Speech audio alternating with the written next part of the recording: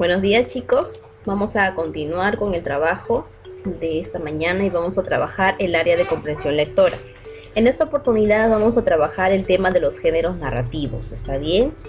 Ya hemos trabajado anteriormente el texto narrativo, ¿sí? Que son el conjunto de relatos reales o imaginarios que pueden suceder en un lugar determinado y teniendo en cuenta el tiempo también, ¿sí?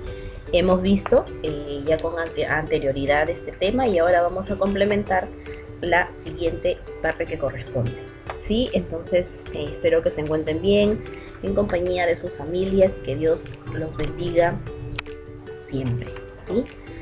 Vamos a conocer entonces nuestros acuerdos. Ya sabes tú que debes tener a la mano tus materiales, tu libro lo puedes también ubicar. Se encuentra en la página 129 de tu texto de comunicación integral. Ahí vas a encontrar lo que es la narración y el género narrativo, ¿correcto? Observa con mucha atención, presta también la debida atención del caso, consulta si tienes alguna duda y vamos a compartir el propósito para el día de hoy.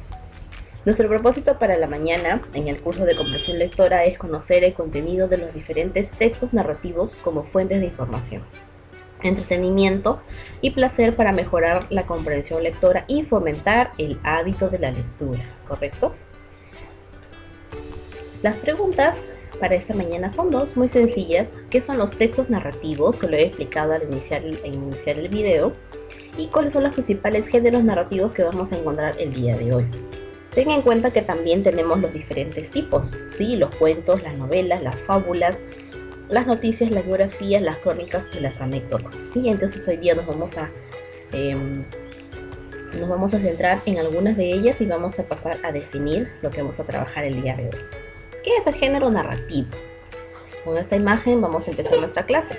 Y el género narrativo es una expresión literaria que se realiza en prosa, es decir, por párrafos. Por medio de este recurso literario, lo que se consigue es relatar una historia que bien puede ser ficticia o puede ser real o la combinación de estas, describiendo un acontecimiento en orden, ya sabes tú, inicio, nudo y desenlace, a través de un tiempo cronológico, es decir, si se ubica en el tiempo en el que se escoja la historia, ¿sí? Ya puede ser en un tiempo pasado, puede ser una historia de ficción y que está centrada en el futuro, etcétera. O algunas veces el orden cronológico va a depender de lo que el escritor quiera dar a conocer a través de este género narrativo, ¿correcto? Los textos narrativos. Vamos a empezar.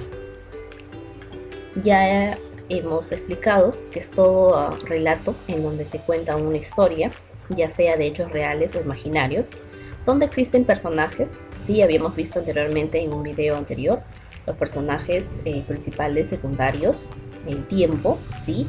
El lugar, los sucesos que pueden hacer parte de la vida del autor o que pueden formar parte de la creación e imaginación y del contexto en el cual se contengan. La clasificación que vamos a ver, vamos a encontrar a los literarios y a los narrativos. En esa forma básica de comunicación, los relatos se pueden producir con interacción cotidiana. Los literarios vamos a encontrar a las novelas y a los cuentos, y en los narrativos los chistes, los mitos, los cuentos populares, las sagas y las leyendas.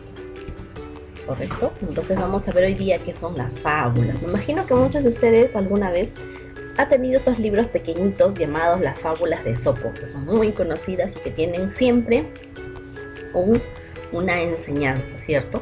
Este relato dice que busca dar una moraleja, una enseñanza, a través de personajes animados o animales que pueden hablar y sucede esto en un contexto y siempre al final hay una enseñanza, como por ejemplo la liebre y la tortuga, ¿sí? Es una fábula muy conocida y pues dice que cierto día una liebre se burlaba de las cortas patas de una tortuga y de su lentitud al caminar, pero esta riéndose le replicó: puede que seas veloz como el viento, pero en una competición yo te ganaría.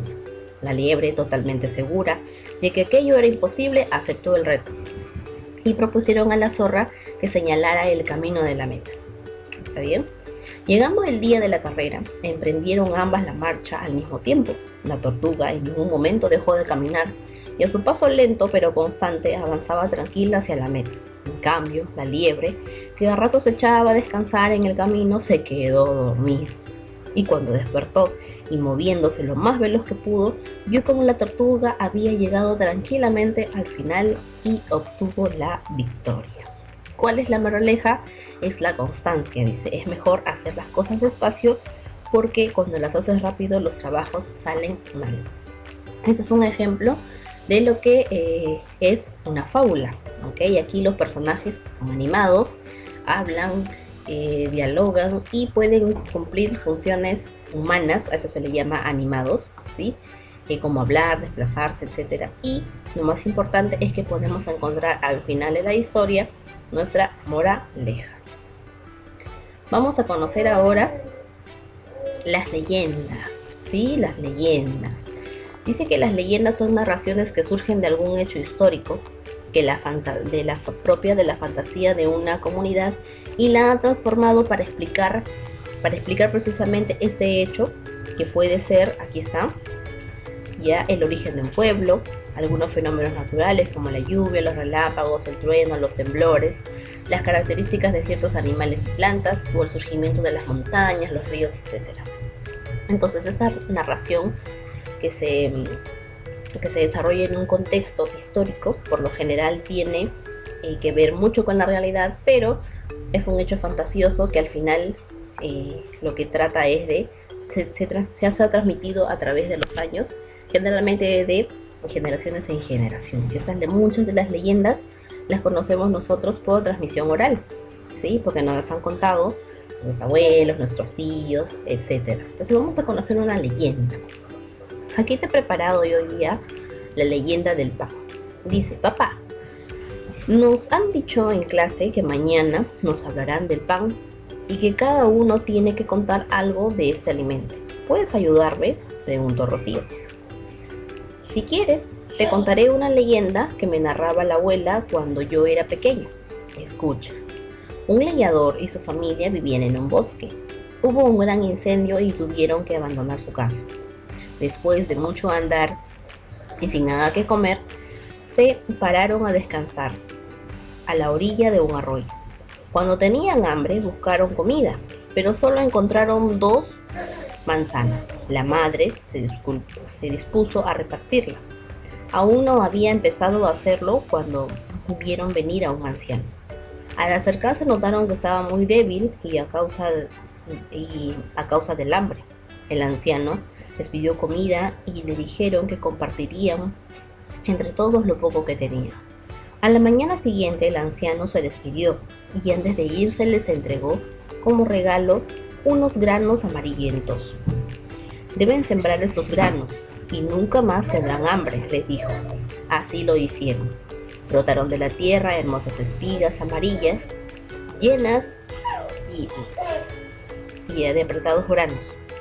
Y de ellos sacaron blanca harina con la que amasaron crujientes panes. Entonces, esta leyenda es una historia, ¿sí?, en la cual lo que se trata no tiene moraleja como la fábula, pero sí narra un hecho importante y trascendental, ¿sí? Ese es el ejemplo, ¿ya? Vamos a ver a continuación ahora el cuento, ¿ya? El cuento. Si tú bajas en tu libro vas a encontrar ahí el cuento. Muchos de nosotros conocemos una gran variedad de cuentos y que nos han acompañado por mucho tiempo en nuestra niñez. ¿Qué es el cuento? El cuento es un relato breve, tiene pocos personajes y una sola acción principal que debe desarrollarse en él, ¿sí?